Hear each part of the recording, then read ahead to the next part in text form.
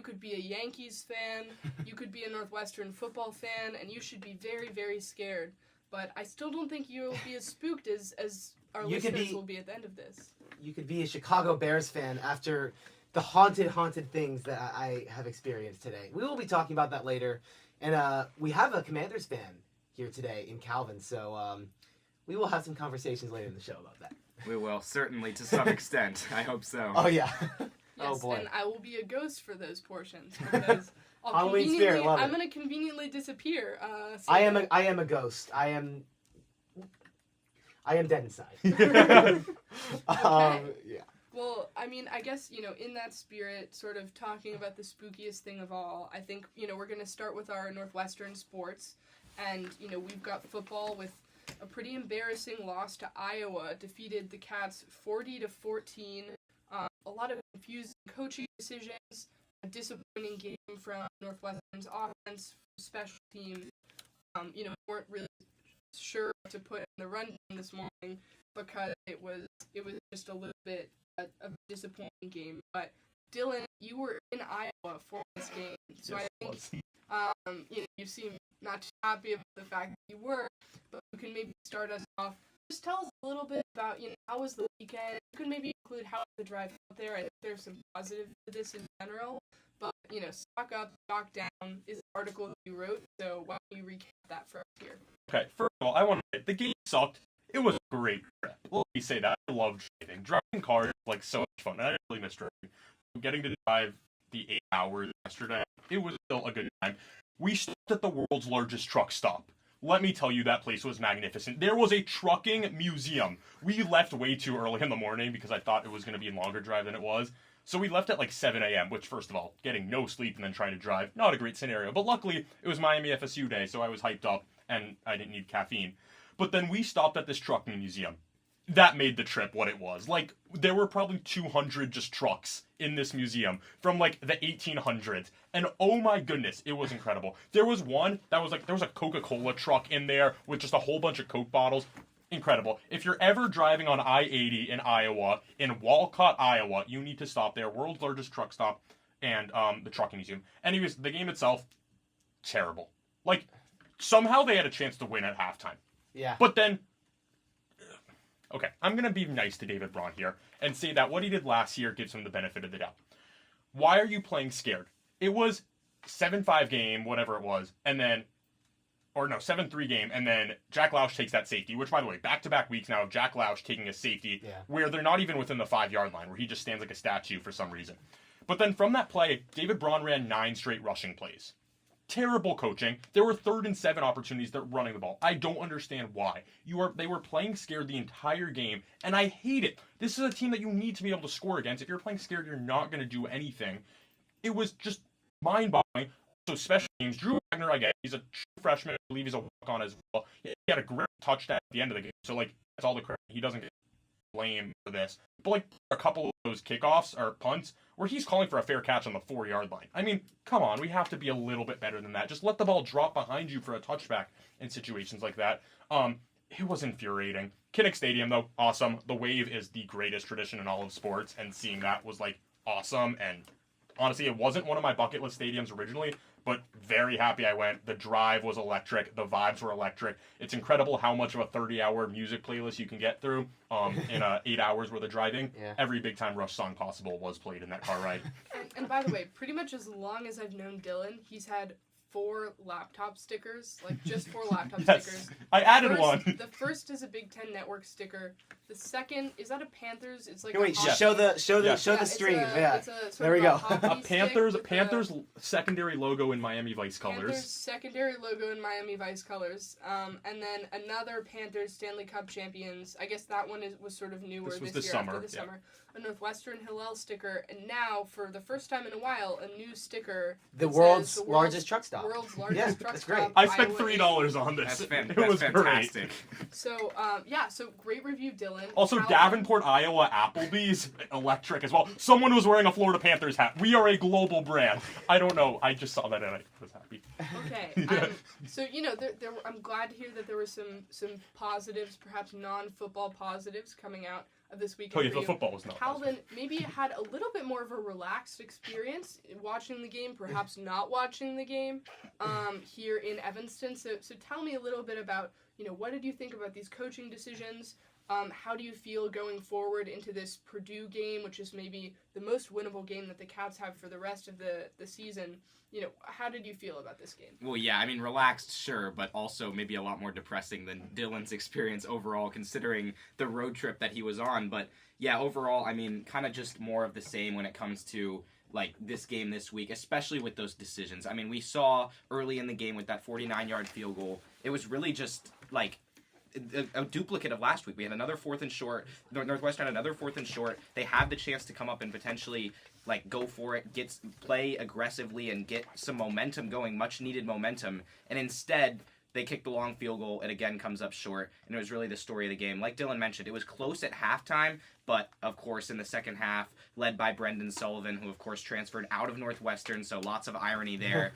Iowa was able to just dominate. I mean, when the ball was in the hands of Caleb Johnson, it wasn't even like he had, he had some big runs as well and just, like, a ton of carries. He had his usual game, but it wasn't necessarily out of character for him. He was averaging about the same yards per carry that he averaged all season. That was to be expected. What was not was just Northwestern's lackluster performance on all phases, and the wide receiver depth just continued to be a problem. I'm going to kind of echo off of what both of you guys are saying. Dylan, I like your point about how they're playing scared. Because it does feel like that in press. With the go on the field goal as well instead of going for it on first. Right. It all kind of fits into that same frame of mind, and I think it's hypocritical when you have Braun in press conferences expressing confidence in Lausch and saying, this is our guy. Not just Lausch, the entire team, and then it's like you want to see show not tell, not tell not show, if that makes any sense. And I feel like right now Braun is saying that he has confidence in this team. He's saying that he thinks Lausch can throw the football, but when you're running the football on 3rd and longs consistently and you're just not letting your quarterback into a rhythm, that is showing that he does not have faith in his guy. And I think that when you don't have faith in your quarterback, that echoes and spreads like a virus through the whole team. And I think they're playing with just they don't have that energy like they had last year, and they don't have that fight. I mean, like you said, this game was winnable at halftime.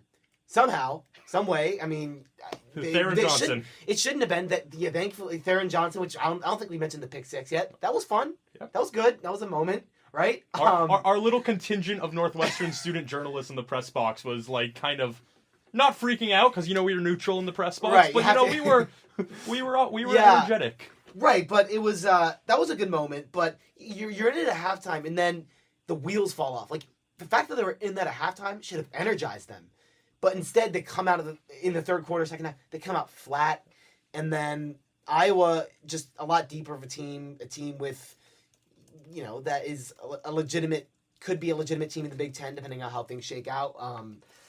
They were energized. Northwestern wasn't, and they were just pummeled in that second half. So a frustrating loss. And one more question here on the football. Now we're going to look towards next week. And that is Purdue, a team that should be beatable for Northwestern. Something that's circling on the schedule is like, hey, like maybe we could get a 4th win here, right? A second Big Ten win. Purdue's a team that almost beat Illinois a few weeks ago in a ridiculous game, but for the most part has been dominated in Big Ten play. So do we think that this is an opportunity for Northwestern to get a win? And Calvin, we'll start with you. I mean, I feel like it's kind of a mystery because it's been a weird last 3 weeks for Purdue. Of course, it was expected that they would get dominated by number 1 Oregon. They did. They lost 35-0.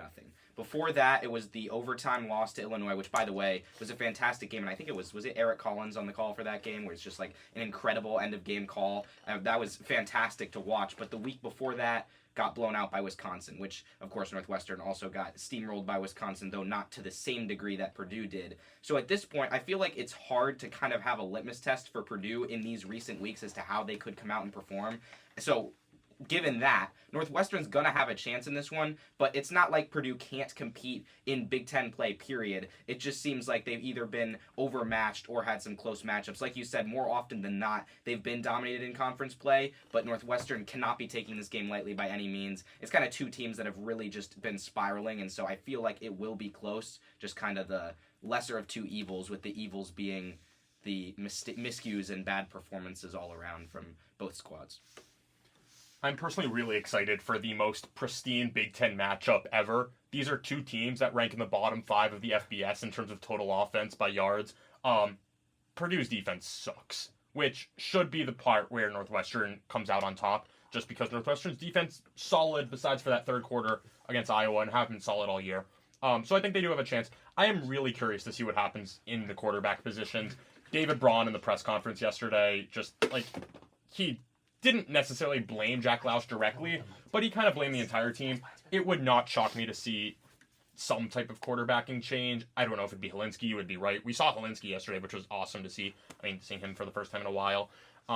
Just really curious to see. I don't know. I'm excited to go down there again because I hate myself, and I'm going to leave at 5 a.m. on the Saturday of Halloween weekend to go to that stadium as part of my 6 straight weekends, 6 different football games, and 6 different stadiums trips. That's a marathon right there. Yeah. Also coming up here soon is somehow Northwestern basketball season.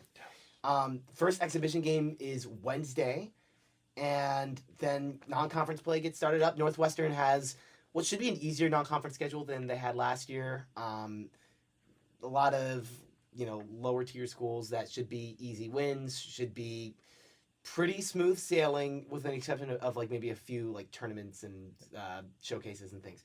So I just, generally speaking, I know, Calvin, you have not experienced Northwestern basketball yet on campus. I will tell you, if it's anything like last year, which it might not be, that is the question. But if it's anything like last year, it is so fun. I mean, the energy of those basketball games, wild ride, right? We have the man right here himself, right? It is really electric. But that is the question. We think that this team is going to come into this season with any semblance of what they had last year. Boo Booey is gone. Ty Bear's off injury. Brooks Barnes has some injury issues, and people are questioning, can he really be like a top option on a Big Ten offense, right? So, general thoughts. Do we think Northwestern can be a solid contender in the Big Ten like they were last year, even with all these losses? I think Northwestern's going to be the definition of a bubble team this year. I think they're not going to compete to win the Big Ten, but they're also never going to be out of games. I think they'll be able to compete with any team, which is a good thing and something Northwestern should be striving for. These last 2 years were amazing, and essentially clinching a tournament bid with multiple games left in the season. I don't think that's something I see this Northwestern team doing necessarily, but it is something that I think is possible. Brooks Barnheiser, I think, is going to be the biggest key for this team. I mean, look, at the start of last year, everyone said he needs a junior year jump. It'll be tough for him to have an even bigger senior year jump because last year he was phenomenal. Mm-hmm. I think it's possible for him to even get better. Yes, this injury that nobody seems to know anything about will be a question, but Collins says he's going to be okay. And I really like some of the transfers they brought in. I think Jalen Leach is going to be solid. I don't think he's not going to replace Boo Booey, but he's solid and I think can do lots of great things just with everything. And then KJ Wyndham as well. If he gets going, he seems like a freshman with a lot of true potential. Yeah, I mean, I agree with you about Leach. I think he's going to be a really impactful contributor. And I think outside of the loss of Boo Booey, what this Northwestern basketball team does have is most of their experienced players returning from last year. And so they've got guys like Brooks Barnheiser who can still lead this team. And they've got potentially 3 main scoring options in Barnheiser, Ty Berry, and Jalen Leach, who could all potentially put up some high-scoring games. I agree with you completely, Dylan. I think this team's going to be on the bubble with around probably a 500 record in conference play. That's really the story of a lot of Big Ten teams this season. So I do think Northwestern either ends up in March Madness or in the NIT, but it's no guarantee that they make the big dance where they're starting. I mean, of course, the loss of Boo Booey is just immeasurable in terms of the impact he's had on this team. And so no guarantees, especially even though they've had great performances the last couple of years. Yeah, I think there's a lot of variables where I think, like last year, you could count on Northwestern to be a bubble team, or, I mean, I think the ceiling was higher than that. Like, there were games where, I mean, they could have really, with a few things going a few different ways, they could have really had a chance to win the Big Ten last year.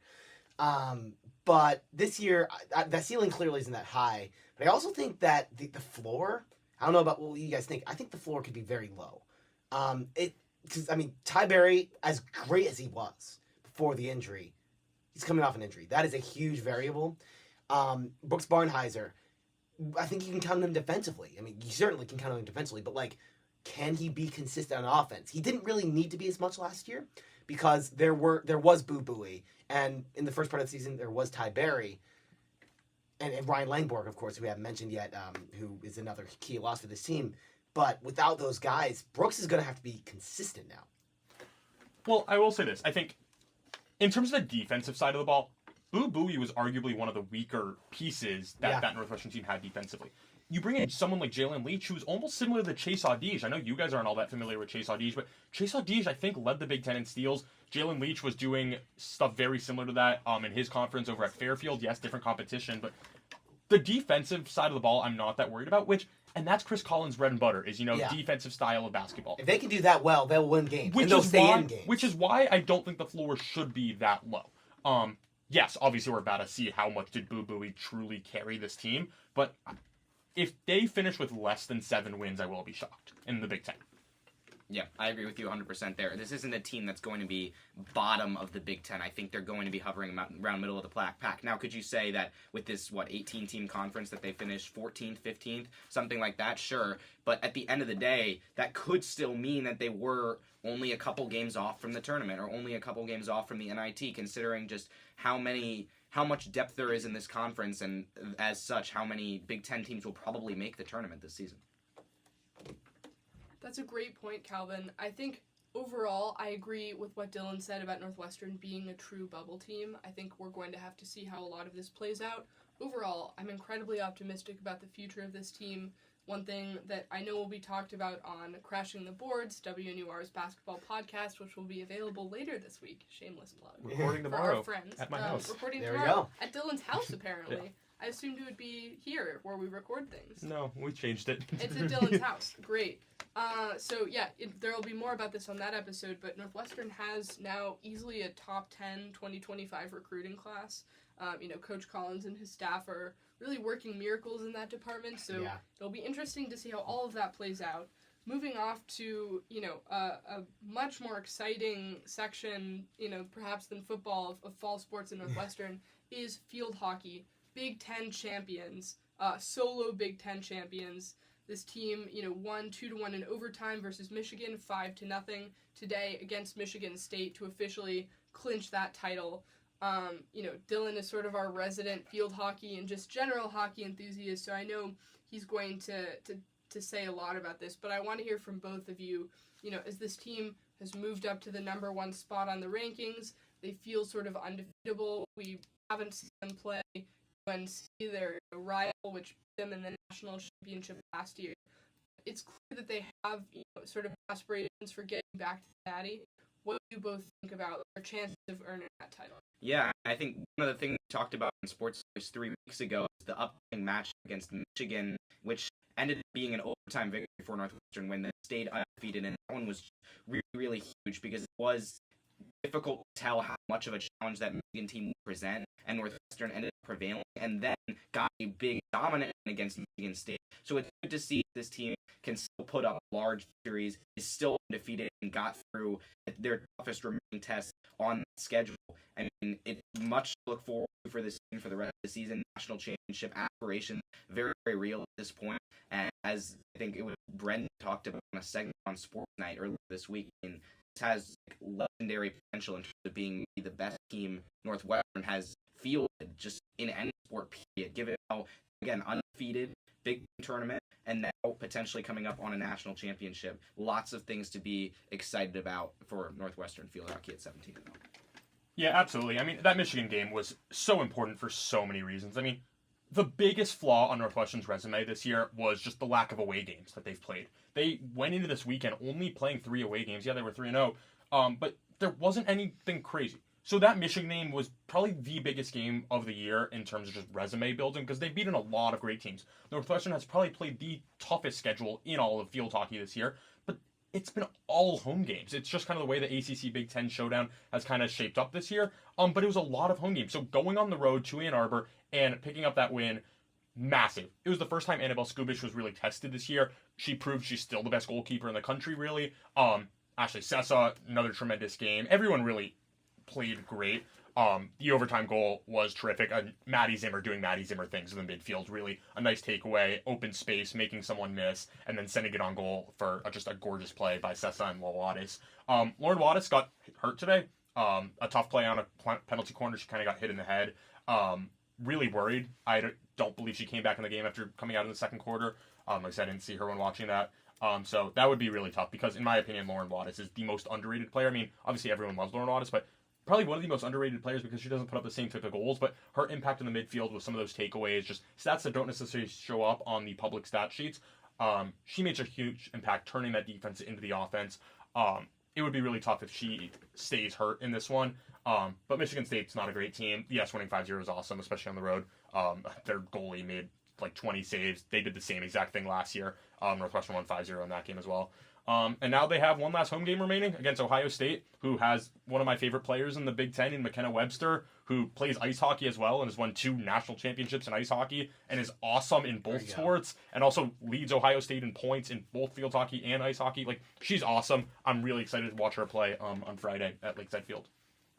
Yeah, I mean, it just with this team, it's so exciting thinking about the promised land, right? And I mean, that's from the very beginning of the season. There aren't many teams in any sports where like you are thinking championship or bust. I mean, and this is what like definition like if they're not holding that trophy in I guess end of November, right?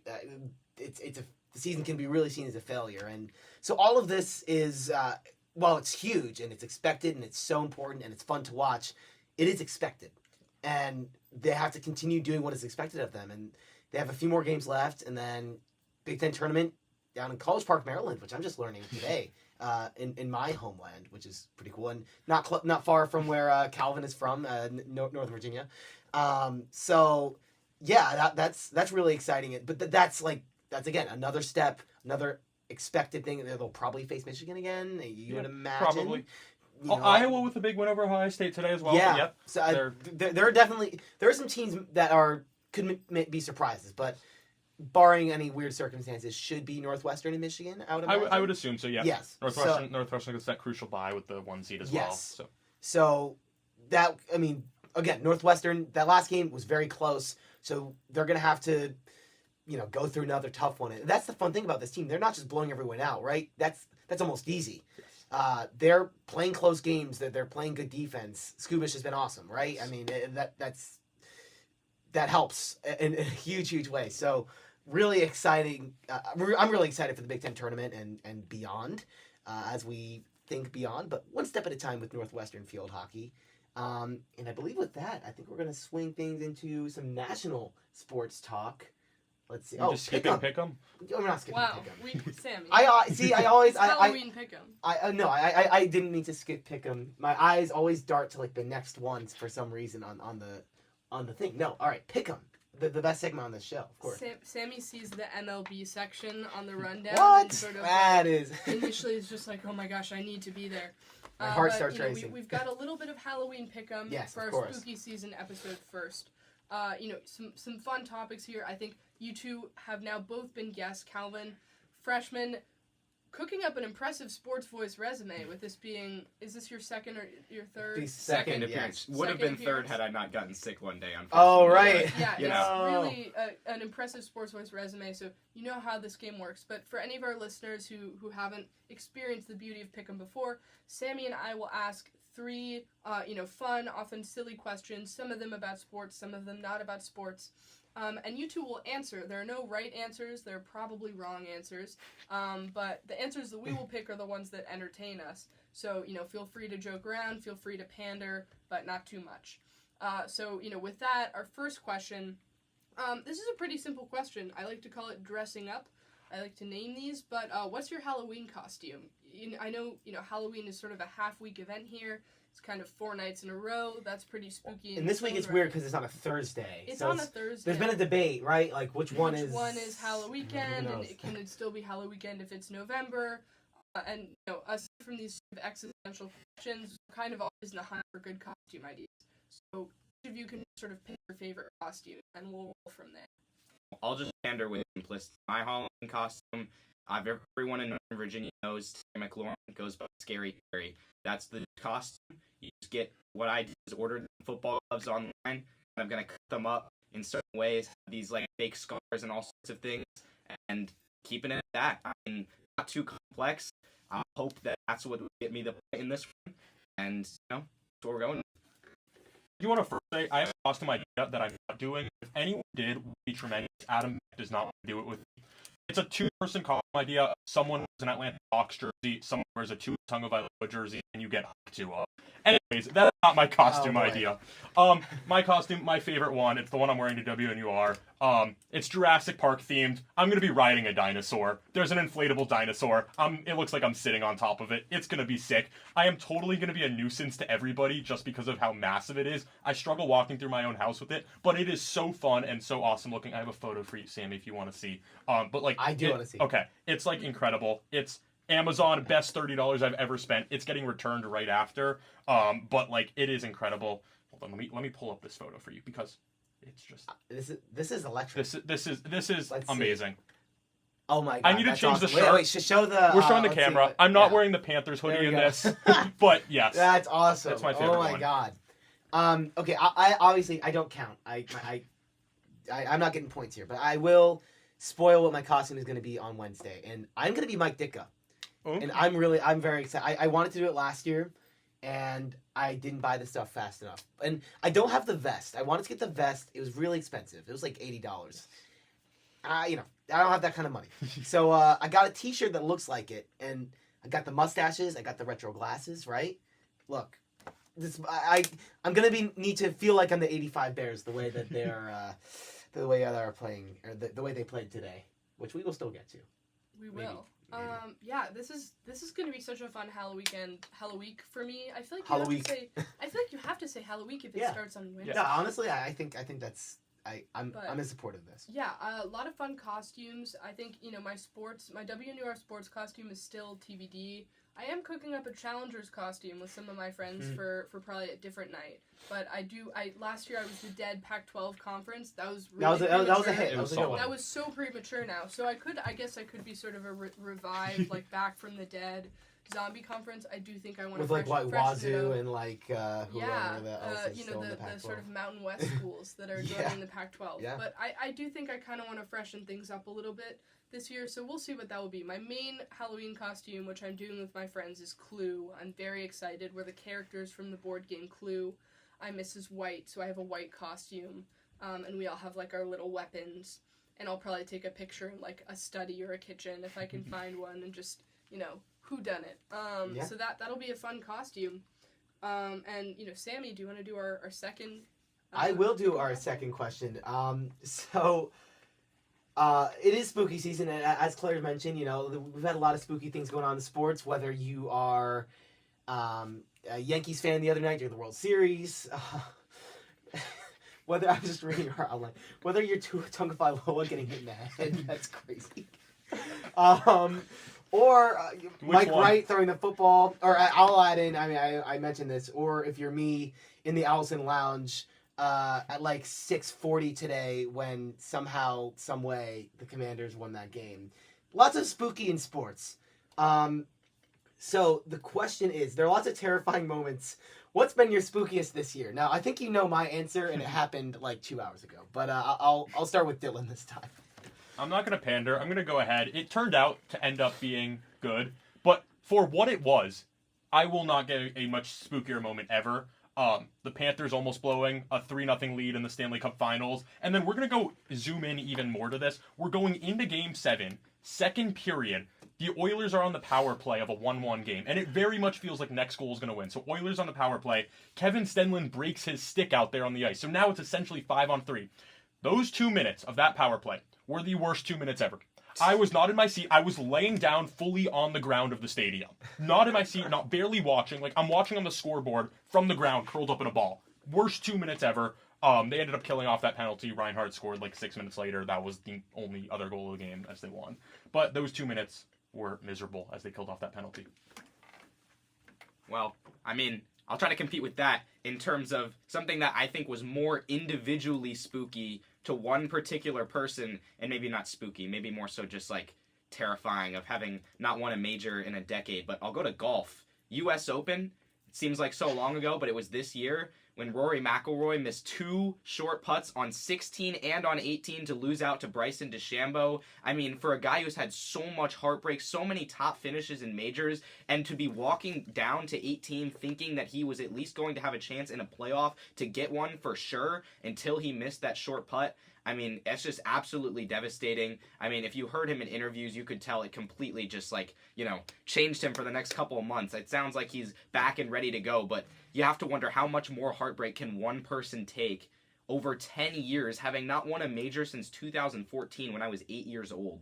I mean, that's just absolutely absurd, and to have lose in that way, and everyone's thinking back now, this is Rory's major at last, that's got to be the spookiest for me. I thought you were going to say somebody Shuff getting arrested when you started that. No, that was really spooky. I mean, for him, like an hour, he came in and locked in and had, I think, a 65 that round. He was excellent. He's unfazed despite what happened there. All was a fiasco in itself.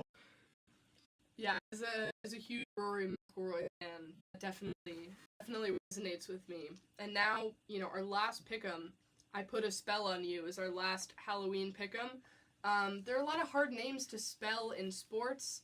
I'm not writing them in the rundown, so hopefully neither of our guests have seen these names in writing anytime soon. I'm watching their keyboards. They're not allowed to type anything to look these up. We have video evidence now, too. But How about I'm going to give you all a list of sports names, and whoever can correctly spell the most will win the point. So we're starting off with the fullback for the Kansas City Chiefs, Kyle Yutzik. His wife is famous also. She's like a fashion designer. For the Kansas City Chiefs. I thought you were going to say Kyle Juszczyk, but I'm... Is that how you pronounce it? I thought that's who we were going for. Is it not Juszczyk? Okay, well, if it's not, in that case, then... I thought he played for the 49ers. Yeah, that's what I was saying. I mean, I'm trying to think, is this a different... I mean, I don't Because the wife that's famous, I think, is... Oh, these are maybe two different guys. I don't want to look... I didn't want to look it up because I was going to say I could... This is my bad. We'll go to some other players because I think there are two players with alarmingly similar names here, and I might be mixing. I'm thinking of 49ers fullback Kyle Juszczyk. So we're gonna actually now start with one. My apologies there. With a player whose name is all too familiar for me because I misspelled it in a Medill article. And some of you who are listening might know what happens to you if you do that, but I don't need to relive it. And it will be Giannis Antetokounmpo. Oh, I think we can do this. Okay. We're going to go Antetokounmpo. I saw shaking heads, so maybe I messed it up somewhere along the way. It was, I think... we can't. Dylan, I will yeah, say. come on, wait, Sammy. Okay, I'll let Dylan... Okay. Okay, here's the thing. I don't think I'm going to get the last name correct. Calvin made the mistake of not spelling the first name. I feel like those are free points right there. So Giannis, Giannis, Giannis. Space, yes. Antetokounmpo, Antetokounmpo. No. Yeah. I got the first wow, name. So we're 0 for 2 there. But I feel like I have a point. We'll have to look back. We'll have to watch this back and see, like, I don't know. Did you guys mess up in the same place? I think they messed up differently, which is fun. They messed up differently. I have to That's say, awesome. That's great. I love variety. It's Antetokounmpo, right? OKO. UNMPO. So I think that was it. I was off by one letter. I just had an extra N in there. there. An extra N, exactly. Yeah. That's what I was going to say. Really close. Okay, and then we'll go, so that was one. We'll do 2 more. We're going to go with Woj. How do you spell the full name? Okay, Adrian Wojnarowski? I don't know. Adrian, Adrian, space, Like, we're talking about that former NBA guy. The that, guy like, who just retired. Yeah, well, Yes. now is working for the basketball team. Okay. I don't know. WOJ, we're getting that part. Yep. NA Okay. ROWSKI. NAR. OWSKI. I believe you got it. Yes. Okay. So Dylan has a 1-0. We bring the boo! Oh no! All right. Well, after that, I think you lost the points. No, Yeah. Okay. So Calvin, this is I think a sneaky difficult one, and it's Shohei Ohtani. I know it sounds like it's slightly easier, but where is the H in Ohtani? Well, are you trying Okay, to, but like, you psych me just out or gave it something? away there, I feel like. Okay, well, we got No. Shohei, SHOHEI. I'm going slowly so that I don't say the wrong letter on accident. Ohtani, OHTANI. That is correct. Ding ding ding. We need sound effects. Ding ding ding. Ding ding ding. Yeah, which That was we'll get sound effects for crazy. next time. That's the difficult one. Okay, so we'll call that one a tie. There we go. Your next one's Mac Jones. Give us some, like, Netherlands field hockey players. Come on. There's a lot of them that are really difficult. Well, we were trying to go with names that you guys sort of would have a chance of knowing. Maybe next time we go with maybe completely next obscure time ones we'll that go you'll with never just know. totally obscure ones. Albert Okuebunam, or I think I might have Yes. butchered the Like, how is there, like, no Yeah. Maya Zivojnovic in this right now? Yes. Oh, God. Okay. So with that pick, last one, a little bit of a wash there, but for our sort of first two prompts. No Dustin Bufflin? I don't know about Sammy. I went with Dylan on both of these. Both the Halloween costume and spooky season. Especially with spooky season, I do personally know how spooky it was for you to see the Panthers nearly lose. I the totally Stanley didn't call Cup. you for 4 hours the night And before so- Game 7. And so I do think I have to go with Dylan on both of those. I'm not sure about Sammy. We might award. No, some I points you know for I this will year. I will not object. No, I was pretty on the spooky season. I was pretty torn. I thought it was pretty convincing. I can't go with Terry in good conscience after watching him for 3 hours of my life today against the Bears. But I will not object. Hold on, I have one for you guys to spell really quickly. It's Dustin Bufflin. Put your hands away from your keyboard, Sammy. I'm Dustin not typing it. Bufflin. We're going hockey since you guys somehow didn't do hockey, which is the hardest name to spell. Dustin Bufflin. Come on. All right, Dustin. DUSTIN. Okay, and what is it? Bufflin. Well, it's not going to be how I want to spell it. Is there like a sneaky PH in here or something? I don't know. I mean, like I want. I want Beth both of your best. No, let's Okay, just like, see. I wanna do I see. just my go, favorite do I name. go with the just what I want it like what it sounds like? Because it's obviously not that. It's definitely going to be like Ugh. yeah. Okay, by the looks, it's Yeah. it's gonna be like there's gonna be a J in there for sure. I was looking it up trying to spell it. I couldn't even find him on my computer because I did not know how to spell it. Okay, this is pretty. I'm gonna. He's go one with- of the better NHL players, by the way. Yeah, in, like, I the don't follow last hockey. 20 Never- years. Yeah, I don't know who this is. I'm going to. Okay. Okay, wait. BUP. Wait, what is? Wait, pronounce it again. Bufflin. BUP. LJEN. Okay, Claire. Okay. I don't know. So Bufflin, can you use it in a sentence? Dustin Bufflin scores! That adds something for me. Okay, Bufflin. I'm just gonna go with like the craziest way I can possibly think to spell Bufflin. Okay, BOEPHLIJN. Okay, so it's actually spelled like Bifuglin. It's BYFUGLIEN. Dustin Bufflin. My favorite name of all time. With that, With we that- will be going That to came up on the show. baseball. I was waiting for hockey names. Yeah. All right, guys. Wait. Thank God for baseball. Thank God. We gotta get away from these hockey names. Okay, I'm gonna introduce. This is a rare week. Normally, Sammy introduces baseball because he's. I think you earned it this week. This is my week. I don't know if I earned it, but I do think the Dodgers earned it by winning 2 consecutive games to start the series. Let's chat about these 2 games. There's so much to cover.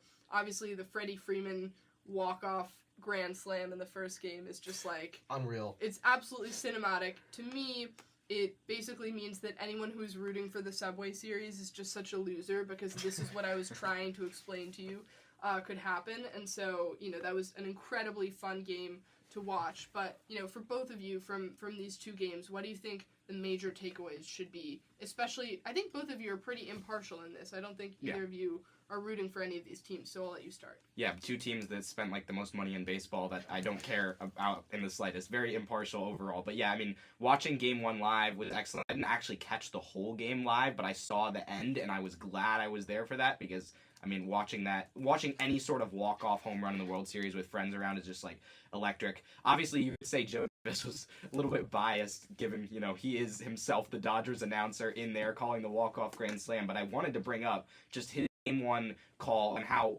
impressed I was that he had just the presence of mind and the ability to instantly link it to what was, albeit an iconic moment in Kirk Gibson's home run almost 40 years ago, but to link the Gibby meet Freddie call together on basically what was the exact same moment, Game 1 in the World Series, Dodgers walk-off, just excellent. He's so good at his job, and he sounds like he's been doing it for about 40 years, even though he's only 37 years old. Just one of the best broadcasters out there. I think the best baseball broadcaster out there.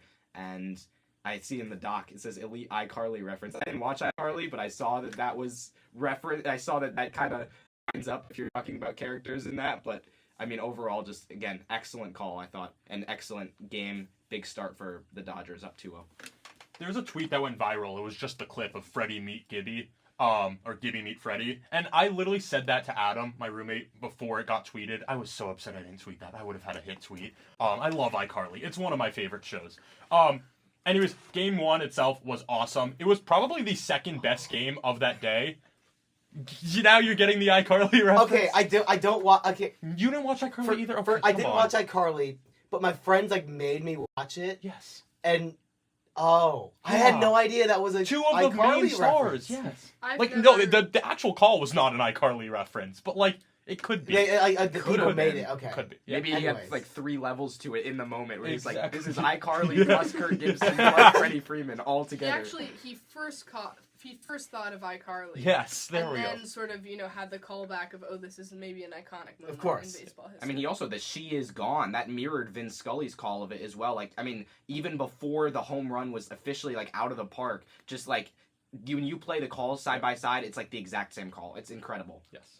It was great. The game itself, also fantastic. I haven't watched a ton of baseball this year, honestly, but it was a fun game. Not as great as the Inter-Miami first ever playoff game in history. They, of course, beat Atlanta. But, we don't... Whoa, that's just a whole other sport. Okay, and I thought that game was better. Jordi Alba, I think, scored an amazing goal. Anyways, yeah, Game 1 was awesome. Seeing a walk-off was incredible. Game 2, I didn't get a chance to watch because I was kind of driving back from Iowa, but we were listening to ESPN radio on the call, and, John Sciambi, tremendous. I, don't listen to a ton of baseball on radio. I do when I'm driving places, of course. Well, he's the Cubs guy. He's the Cubs guy. Yeah, he's great. He did a tremendous job. It was the best 40 minutes ever just driving out of Davenport, Iowa, listening. We were engaged, knew exactly what was going on. It was exciting. Boog is very good. He's... I remember him because he called Marlins Cubs in 2020 when the Marlins won a playoff series. That Garrett Cooper home run still lives rent-free in my head. That series is the worst. Amazing broadcasters so far through this World Series as well. Okay, so... Normally, Sammy and I are great at time management. We, I think, are just having so much fun talking to you guys that we're realizing it is 8:48. We need 10 minutes, maybe even 5 minutes at the end for our draft day segment. Yeah, I think the Halloween candy we could power tradition. through that. Yeah, but we can power through that. But we have 1, 2. I've been promised Miami talk. We have 4 sports left in our national sports. We probably can cover one of them. And so college football. I think we could do NFL and college football. We can do both. We're gonna skip the NBA. We'll have a lot of NBA talk later on. We'll skip the WNBA. We'll wait for Sponge to come back for that one. We'll wait for our dear friend Charlie Spungen to talk about basketball. But I guess we'll start with the NFL, and I think Sam, you really have to introduce this one. I know it's painful for you to hear for you. Yeah.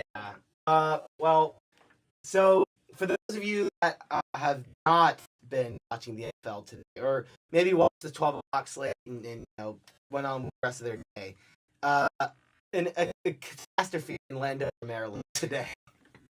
Maybe not for Calvin. You'll see us watching the stream here. So I get my Devin Mr. Bear jersey on. Calvin has got his Commanders merch. House divided here in the ACR. But yeah, a miracle Hail Mary into that game. Jaden Daniels found a way In a game that I said to Calvin before we went on air, like, I really don't think any team deserved to win. Yeah. And I'll talk about the Bears and I'll have you talk about the Commanders. But for Chicago, it was a rough watch. They had a bye week, and after 2 weeks where they played some of the best football I've ever seen the Bears play, and then they take a step backwards. The defense, while they were making red zone stops, which thank goodness for that, was not as strong.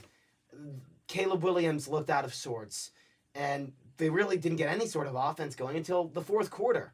And I mean, they were on the 2-yard line. That would have really had the game, if that went a different way, I think would have gone a very different way. But instead of handing it to a power back that they have in Roshan Johnson, who's been very good this year, they hand it to an old lineman who's there on a jumbo set as a fullback, wasn't ready for it, pops out of his hands. They lose an opportunity on the goal line. Just so many things wrong about the Bears today. So as much as like it really hurt, like they didn't deserve to win that game, and I think they're a very good team. They're talented, and I think they'll be fine in the long run. But like, man, that really hurts when you have this stretch before what is going to be a divisional gauntlet with NFC North at the end of the season. They really wanted this, and they somehow basically had it.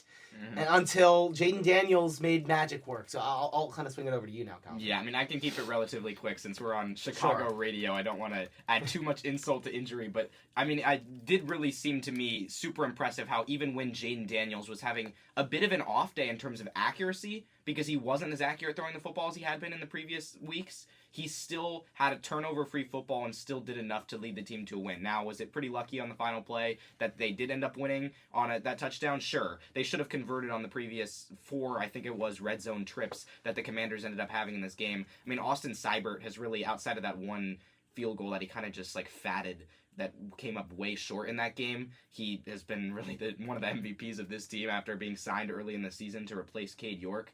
Obviously, Jaden Daniels is looking like the future of the Washington Commanders, and with that comes Terry McLaurin, who finally has good quarterback play for the first time in his career. He's looked excellent, continues to get open on deep shots just like game after game, and he's going to have a monster season and a monster next several years. So the Commanders, I mean, it really can't be understated how big of a win this was. The fan environment was so big in creating penalties in this game, and I think because the Commanders won, that's going to continue, especially at Northwest Stadium in the coming weeks, because I mean, having been from the D.C. area, there really are so many fair weather fans in D.C., in Northern Virginia, and in Maryland, and so when the team's winning, they will show up. Now, we don't have to talk about the flip side of that, as we've seen in many years. The flip side, they do not. Being also from the D.C., from the DMV, I will say the same thing about a lot of D.C. sports fans. That's right, yeah, no, I mean, when we had routinely seen for many years the stadium get overrun with road fans when the Commanders are not doing well. But that won't be the case, and I think there'll be a great atmosphere for home games going forward this season. Well, I guess we I will can yield over my to time, yes. college football, yeah. Just real quick Yeah. before... So college football, there's a game that we need to address and a game that Dylan really wants to address, and these are two separate games. So what I'm going to say is that I am going to ask you a question about the SMU Duke game, which I think is perhaps the craziest game in college football from this I can weekend. make it blend in. You will both talk about this game, and then Dylan, I believe, has a rant. He specifically wanted to be on SportsVoice today to do this rant. He's wearing a sweatshirt that is themed for this rant, and so you can do the rant. But the first game to talk about, SMU beats Duke in overtime after 6 turnovers. This is just absolutely a crazy game. I'm still so shook after seeing this. Blue Devils really just couldn't convert a 2-point conversion to win the game in overtime, but throughout the game, the larger problem is that they failed to capitalize on these turnovers. So, what were your thoughts? What were your sort of initial reactions to just this craziest game, one of the craziest games I think we've had in college football this year? Yeah, I mean, I think normally you wouldn't call 27 points a bad offensive performance, but when it happens in an overtime game with 6 turnovers by the other team, I mean, obviously that's something else entirely. Malik Murphy has been better at times this season than we saw him in this game, and I think Duke's done a good job of taking advantage of their ACC schedule to get where they are and get to a bowl game, but at the end of the day, I mean, that's a game you really have to win. Obviously,